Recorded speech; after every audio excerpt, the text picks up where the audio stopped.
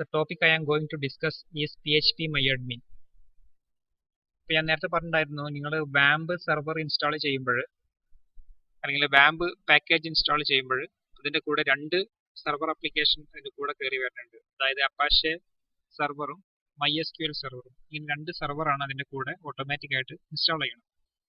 അപ്പോൾ ഇവിടെ MySQL എന്നുള്ളത് ഒരു ഡാറ്റാബേസ് സെർവറാണ്.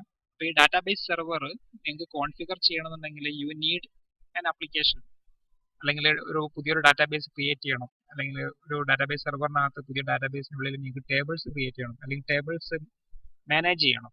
അപ്പോൾ ഇതിനെല്ലാം നിങ്ങൾക്കൊരു ആപ്ലിക്കേഷൻ നിർബന്ധമായിട്ടും വേണം. അപ്പോൾ അതിന് വേണ്ടിയിട്ട് ഇവിടെ യൂസ് ചെയ്യണത് PHP MyAdmin എന്നുള്ളൊരു ആപ്ലിക്കേഷൻ ആണ് ഇവിടെ യൂസ് ചെയ്യണത്. അപ്പോൾ നിങ്ങൾ ആ PHP MyAdmin ഇൻവോക്ക് ചെയ്യണമെന്നുണ്ടെങ്കിൽ നിങ്ങൾ ഫസ്റ്റ് വാമ്പ് സെർവർ നിങ്ങൾ ഫസ്റ്റ് സ്റ്റാർട്ട് ചെയ്യണം. സോ വാമ്പ് സെർവർ സ്റ്റാർട്ട് ചെയ്യുക.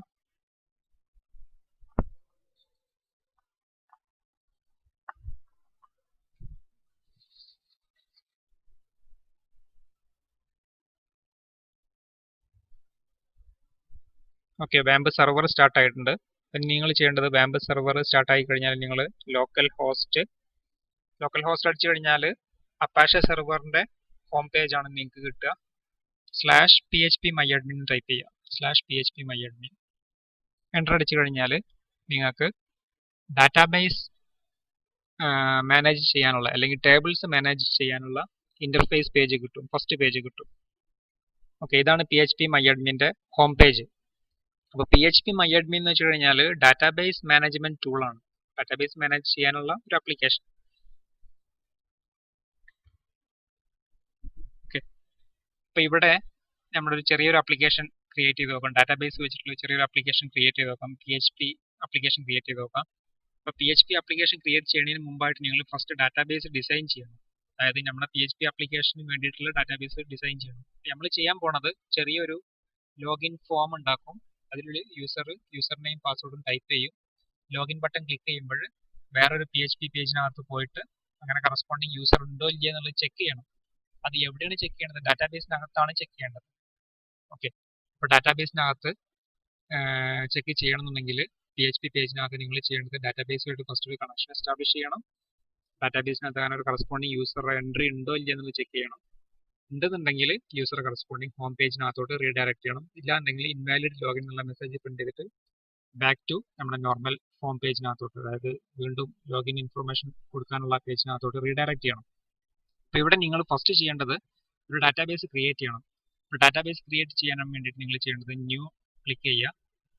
ന്യൂ ക്ലിക്ക് ചെയ്യുമ്പോൾ നിങ്ങൾക്ക് ഡാറ്റാബേസിൻ്റെ പേര് എൻ്റർ ചെയ്യാനുള്ള ഓപ്ഷൻ വരും. നമുക്ക് തൽക്കാലം ടെസ്റ്റ് DB എന്നുള്ളൊരു പേരിലൊരു ഡാറ്റാബേസ് ക്രിയേറ്റ് ചെയ്യാം. ടെസ്റ്റ് DB ക്രിയേറ്റ് കൊടുക്കുക. ക്രിയേറ്റ് കൊടുക്കുമ്പോൾ ഡാറ്റാബേസ് ടെസ്റ്റ് DB എന്നുള്ള ഡാറ്റാബേസ് ഇവിടെ ക്രിയേറ്റ് ആയിട്ടുണ്ട്. ഇനി വേണ്ടത് ഇതിനുള്ളിൽ ടേബിൾസ് ക്രിയേറ്റ് ചെയ്യണം. അപ്പോൾ ഇവിടെ നിങ്ങൾക്ക് സിസ്റ്റത്തിൽ നോക്കിക്കഴിഞ്ഞാൽ ഇവിടെ ലെഫ്റ്റ് സൈഡിൽ കുറേ ഡാറ്റാബേസ് ഓൾറെഡി ക്രിയേറ്റ് ചെയ്തിട്ടുണ്ട്. അതൊക്കെ ഓരോ ആപ്ലിക്കേഷന് വേണ്ടിയിട്ട് ഞാൻ ക്രിയേറ്റ് ചെയ്തതാണ്. തൽക്കാലം നമുക്ക് ടെസ്റ്റ് DB എന്നുള്ള ഡാറ്റാബേസ് ക്രിയേറ്റ് ചെയ്യാം. ഡാറ്റാബേസ് ക്രിയേറ്റ് ചെയ്തു. ഇനി ഇതിനുള്ളിൽ നമുക്ക് ടേബിൾസ് ക്രിയേറ്റ് ചെയ്യണം. അപ്പോൾ നിങ്ങൾക്കറിയാം ഒരു ആപ്ലിക്കേഷൻ പറഞ്ഞു കഴിഞ്ഞാൽ അതിനകത്ത് മൾട്ടിപ്പിൾ ടേബിൾസ് വരും, അല്ലെങ്കിൽ ഒരു ഡാറ്റാബേസിനകത്ത് മൾട്ടിപ്പിൾ ടേബിൾസ് വരും. ഇപ്പോൾ നമ്മളൊരു കോളേജിന് വേണ്ടി ഒരു ആപ്ലിക്കേഷൻ ക്രിയേറ്റ് ചെയ്യുകയാണെങ്കിൽ, അല്ലെങ്കിൽ for example ticket reservation IRCTC ഇതുപോലുള്ള സൈറ്റിൽ ഒരു മെയിൻ ഡാറ്റാബേസ് ഉണ്ടായിരിക്കും. ആ ഡാറ്റാബേസിനുള്ളിൽ മൾട്ടിപ്പിൾ ടേബിൾസ് ഉണ്ടായിരിക്കും. അതായത് ടിക്കറ്റ് റിസർവേഷൻ ഡീറ്റെയിൽസ് സ്റ്റോർ ചെയ്യാൻ ഒരു ടേബിൾ ഉണ്ടായിരിക്കും. അതുപോലെ അവിടെയുള്ള ഓരോ യൂസേഴ്സിൻ്റെ ഡീറ്റെയിൽസ് സ്റ്റോർ ചെയ്യാൻ വേറെ ടേബിൾ ഉണ്ടായിരിക്കും. ട്രെയിനിൻ്റെ ഡീറ്റെയിൽസ് റെക്കോർഡ് ചെയ്യാൻ അല്ലെങ്കിൽ ഡീറ്റെയിൽസ് സ്റ്റോർ ചെയ്യാൻ വേറെ ടേബിൾ ഉണ്ടായിരിക്കും. അങ്ങനെ ഓരോ സെപ്പറേറ്റ് ടേബിൾസ് ഉണ്ടായിരിക്കും. ഇതെല്ലാം ഒരു സിംഗിൾ ഡാറ്റാബേസിനകത്തായിരിക്കും. അപ്പോൾ ഇവിടെ നമ്മൾ ടെസ്റ്റ് DB എന്നുള്ള ഡാറ്റാബേസ് ക്രിയേറ്റ് ചെയ്തു. ഇനി ഇതിനുള്ളിൽ ടേബിൾസ് ക്രിയേറ്റ് ചെയ്യണം. ടേബിൾസ് ക്രിയേറ്റ് ചെയ്യാൻ ജസ്റ്റ് ക്ലിക്ക് ചെയ്യുക. ഇവിടെ ടേബിൾ നെയിം എൻ്റർ ചെയ്യാൻ ചോദിക്കുന്നുണ്ട്. അപ്പോൾ ഇവിടെ നമ്മൾ ലോഗിൻ ആപ്ലിക്കേഷൻ ഫോമാണ് ഉണ്ടാക്കണം. അപ്പോൾ സിംപ്ലി ലോഗിൻ എന്നുള്ള ടേബിൾ ക്രിയേറ്റ് ചെയ്യാം. ലോഗിൻ. ഇതിന് നമ്പർ ഓഫ് കോളംസ് നമുക്ക് 2 കോളം കൊടുക്കാം. കാരണം ഇവിടെ നമ്മൾ യൂസർ നെയിമും പാസ്വേഡും മാത്രമേ ഡാറ്റാബേസിനകത്ത് അല്ലെങ്കിൽ ടേബിളിനകത്ത് സ്റ്റോർ ചെയ്യാൻ ഉദ്ദേശിക്കുന്നുള്ളൂ. അപ്പോൾ ആ 2 കോളത്തിന് വേണ്ടി 2 കോളം നമ്മൾ സ്പെസിഫൈ ചെയ്യുക. ദെൻ ഗോ ക്ലിക്ക് ചെയ്യുക. ഗോ ക്ലിക്ക് ചെയ്യുമ്പോൾ അതിൻ്റെ ഫീൽഡ് എന്തൊക്കെയാണെന്നുള്ളത് നമ്മൾ ഡിഫൈൻ ചെയ്യേണ്ടി വരും. അതായത് നമ്മൾ യൂസർ നെയിം സ്റ്റോർ ചെയ്യാൻ യൂസർ നെയിം എന്നുള്ളൊരു ഫീൽഡ് വേണം. അതുപോലെ പാസ്വേഡ് സ്റ്റോർ ചെയ്യാൻ പാസ്വേഡ് എന്നുള്ള ഫീൽഡ് നമ്മൾ വേണ്ടി വരും. So first column name user name, അതിന് ടൈപ്പ് വാർക്കാറായിട്ട് കൊടുക്കാം. കാരണം ക്യാരക്ടർ വാല്യൂസ് ആയിരിക്കും നോർമലി യൂസർ നെയിം ഉണ്ടായിരിക്കുക. ലെങ്ത് വേണമെങ്കിൽ നിങ്ങൾക്ക് ഒരു 30 എന്നുള്ളൊരു ലെങ്ത് കൊടുക്കാം. ഇനി ഇവിടെ തന്നെ നിങ്ങൾക്ക് വേണമെങ്കിൽ ഇത് പ്രൈമറി കീ ആയിട്ട് സെറ്റ് ചെയ്യണോ വേണ്ടതെന്നുള്ളതൊക്കെ നമുക്ക് തീരുമാനിക്കാം. ഇവിടെ ഇൻഡെക്സ് എന്ന ഓപ്ഷനിൽ പോയി കഴിഞ്ഞാൽ പ്രൈമറി കീ ആയിട്ട് സെറ്റ് ചെയ്യണം സെറ്റ് ചെയ്യാം. അതുപോലെ ഓട്ടോ ഇൻക്രിമെന്റ് ഫീച്ചർ ഉണ്ട്, അതൊന്നും തൽക്കാലം നമ്മൾ അങ്ങോട്ട് പോകണില്ല. അതുപോലെ തന്നെ പാസ്വേഡ് ഫീൽഡ്, അതായത് യൂസർ പാസ്വേഡ് സ്റ്റോർ ചെയ്യാൻ സെക്കൻഡ് കോളം ഡിഫൈൻ ചെയ്യുക, അതും വേർക്കർ ആയിട്ട് കൊടുക്കാം. തൽക്കാലം അതിന്റെ ലെങ്ത് 25 ക്യാരക്ടർ കൊടുക്കാം. മാക്സിമം പാസ്വേഡ് ലെങ്ത് 25 നമ്മൾ അതിൽ റെസ്ട്രിക്ട് ചെയ്യാം. സേവ് കൊടുക്കുക. സേവ് കൊടുക്കുമ്പോൾ ആ ടേബിൾ ക്രിയേറ്റ് ആവും. അപ്പൊ ടെസ്റ്റ് DBക്കകത്ത് ലോഗിൻ എന്നുള്ള ടേബിൾ വന്നു. അതിൽ കണ്ടന്റ് എം ടി ആയിരിക്കും. Return and empty result set, content ഒന്നുമില്ല. അപ്പൊ നിങ്ങൾക്കറിയാം ഒരു ഡാറ്റാബേസിനകത്തോട്ട് വാല്യൂ ഇൻസേർട്ട് ചെയ്യാൻ insert into query use ചെയ്യാറുണ്ട്. നിങ്ങൾ ഡാറ്റാബേസ് മാനേജ്മെന്റ് സിസ്റ്റം ലാബിൽ ചെയ്തിട്ടുണ്ടാവും ഇൻസേർട്ട് ഇൻ ടു ക്വറി. ഇവിടെ നമുക്ക് മൗസ് യൂസ് ചെയ്തിട്ട് തന്നെ വാല്യൂ ഇൻസേർട്ട് ചെയ്യാൻ പറ്റും. ഒന്നുകിൽ നിങ്ങൾക്ക് SQL ക്വറി യൂസ് ചെയ്തിട്ട് ഈ ഒരു ഓപ്ഷൻ എടുത്തിട്ട് എന്ത് ചെയ്യാം, നിങ്ങൾക്ക് വാല്യൂസ് ഇൻസേർട്ട് ചെയ്യാം. അല്ലാണ്ടെങ്കിൽ മൗസ് യൂസ് ചെയ്തിട്ട് ഇൻസേർട്ടിൽ പോയിട്ട് നിങ്ങൾക്ക് വാല്യൂസ് ഇൻസേർട്ട് ചെയ്യാൻ പറ്റും. നമുക്ക് ഫസ്റ്റ് ഫീൽഡ് വാല്യൂസ് എന്ന് കൊടുക്കാം. അതായത് ഫസ്റ്റ് യൂസർ നെയിം തൽക്കാലം നമുക്കൊരു ഫൗസാൻ എന്ന് കൊടുക്കാം. ഫൗസാന്റെ പാസ്വേഡ് 12345 എന്ന് കൊടുക്കാം. അതുപോലെ സെക്കൻഡ് യൂസർ ഷോബിത്ത്, തൽക്കാലം നമുക്ക് പാസ്വേഡ് ASDF എന്ന് കൊടുക്കാം.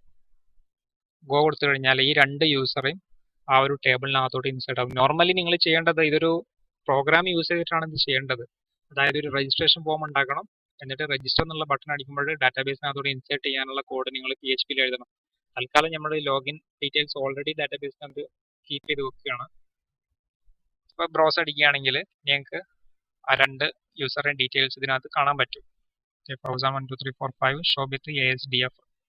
ഇനി നമ്മൾ ഇപ്പോൾ ഡാറ്റാബേസ് ക്രിയേറ്റ് ചെയ്ത് അതിനുള്ളിൽ ടേബിളും ക്രിയേറ്റ് ചെയ്തു. ഇനി നമ്മൾ ചെയ്യേണ്ടത് നേരെ കോഡിലോട്ട് വരിക. ഇതിപ്പോൾ ഞാൻ കോഡ് ഓൾറെഡി ഡെവലപ്പ് ചെയ്ത് വെച്ചേക്കുകയാണ്. ഇതിനകത്ത് ഒരു യൂസർ നെയിം എൻ്റർ ചെയ്യാനുള്ള ടെക്സ്റ്റ് ഫീൽഡ് ഉണ്ട്, പാസ്വേഡ് എൻ്റർ ചെയ്യാനുള്ള ടെക്സ്റ്റ് ഫീൽഡ് ഉണ്ട്. അപ്പോൾ നിങ്ങൾ അതൊന്ന് ജസ്റ്റ് ഒന്ന് എക്സിക്യൂട്ട് ചെയ്ത് നോക്കാം. അപ്പോൾ ചെയ്യേണ്ടത് ലോക്കൽ ഹോസ്റ്റ് /IT examples/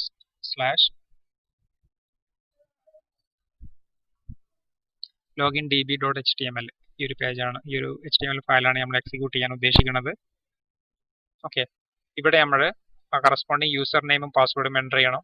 നമ്മൾ ഡാറ്റാബേസിനകത്ത് ക്രിയേറ്റ് ചെയ്തിട്ടുള്ള ഇവിടുന്ന് ഈ ഒരു ഫോം നോക്കിക്കഴിഞ്ഞാൽ നിങ്ങൾക്ക് കാണാൻ പറ്റും. ഇതിനകത്ത് form method equal to post action equal to login_action_db.php എന്നുള്ള ഫയലിലോട്ടാണ് റീഡയറക്ട് ചെയ്യേണ്ടത്. അതായത് ഇവിടെ സബ്മിറ്റ് ബട്ടൺ അടിക്കുമ്പോൾ ഈ ഒരു പേജിനകത്തോട്ടാണ് കൺട്രോൾ പോകേണ്ടത്. അപ്പൊ ഇങ്ങോട്ട് എത്തിക്കഴിഞ്ഞാൽ ഇതിൽ ഫസ്റ്റ് രണ്ട് വേരിയബിൾ, അതായത് യൂനെയിം പാസ്വേഡ്, അതായത് തൊട്ട് മുമ്പത്തെ പേജിൽ HTML പേജിനകത്തുനിന്ന് ഈ പേജിൽ നിന്ന് വാല്യൂസ് റിട്രീവ് ചെയ്തിട്ട് ഈ രണ്ട് വേരിയബിളിനകത്ത് സ്റ്റോർ ചെയ്യണം. നമ്മൾ കഴിഞ്ഞ ലാബിൽ പറഞ്ഞതാണ്. ഇനി അടുത്തതൊരു $query എന്നുള്ളൊരു വേരിയബിൾ ഉണ്ട്. ഈ വേരിയബിളിനകത്ത് നിങ്ങളൊരു സ്ട്രിംഗ് വാല്യൂ സ്റ്റോർ ചെയ്യുന്നുണ്ട്. Select star from login where user name equal to $uname. അപ്പോൾ ഇവിടെ ഡോട്ട് യൂസ് ചെയ്യണത് ഇതിന്റെ കൂടെ അപ്പൻഡ് ചെയ്യാനാണ്. അപ്പോൾ ഒരു സ്ട്രിംഗ് വേരിയബിൾ ആണത്. അപ്പോൾ എൻ്റയർ സ്ട്രിംഗ് ഈ ഒരു $query എന്നുള്ള വേരിയബിളിനകത്ത് സ്റ്റോർ ചെയ്യും. ഓക്കെ, ദെൻ ഒരു കണക്ഷൻ എസ്റ്റാബ്ലിഷ് ചെയ്യണം. ഡാറ്റാബേസിനകത്തോട് ഒരു കണക്ഷൻ എസ്റ്റാബ്ലിഷ് ചെയ്യണം. അതിനുള്ള ഫംഗ്ഷനാണ് MySQLi_connect ആർഗ്യുമെന്റ് ആയിട്ട് ലോക്കൽ ഹോസ്റ്റ്, അതായത് സെയിം മെഷീനകത്ത് തന്നെയാണ്. അതായത് ഇതിൽ ഇവിടെ നോർമലി റിമോട്ടിലാണ് നിങ്ങൾ സെർവർ ഇരിക്കണമെന്നുണ്ടെങ്കിൽ സെർവറിന്റെ IP അഡ്രസ് കൂടെ കൊടുക്കണം.